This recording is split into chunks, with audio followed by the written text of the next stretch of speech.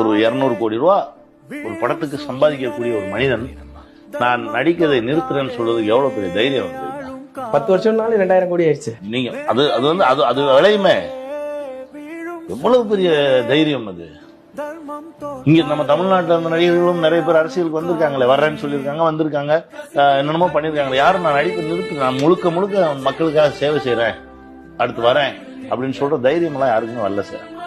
இந்த தைரியத்துக்கே முதல்ல ஒரு சல்யூட். இன்னொரு விஷயம் என்னன்னா, வந்து இப்ப திருட போறது இல்லை, இது பண்ண என்னன்னா இருக்கேன் ஏதோ நிறைய சம்பாதிச்சு வச்சிருக்காரு, ஏதோ ஒண்ணு செய்வோன்னு தானே வராது. நான் அதான் சொன்னேன், வெளியில இருந்து தூரமா வந்து பார்க்க ஒரே ஒரு முறை தான் சந்திச்சிருக்கேன், ஒரு முறை சந்திச்சு ஒரு கதை சொல்லியிருந்தேன். இப்ப வெளியில தூரமா நின்று பார்க்கும்போது என்ன தோணுது, ஒரு தமிழ்நாட்டு பிரஜையா என்ன தோணுது அப்படின்னா, தைரியமா ஒரு மனுஷன் எனக்கு இது எதுவுமே வேணாம்பா, நான் 100% மக்கள் பணி செய்யறதுக்காக வரேன், எல்லாத்தையும் நான் தூக்கி வச்சுருவேன். தோத்து போய் வரல, படம் இல்லாம வரல, எப்போ இன்னும் நீங்க வந்து